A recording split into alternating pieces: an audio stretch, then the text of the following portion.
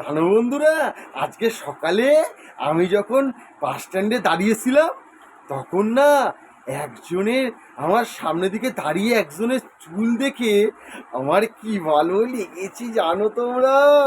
সে চুলটা না কত বড়, হাঁটু সারিয়ে গেছে। হ্যাঁ জানো, তারপর না আমি ভাবলাম যাই ওনার সঙ্গে একটু বন্ধুত্ব করি, বুঝলে।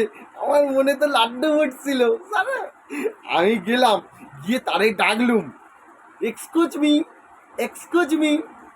সে যেই ঘুরলো, ঘুরে তাকালো, উমা, ও তো কোনো মেয়ে না, ও যে একখান ছেলে।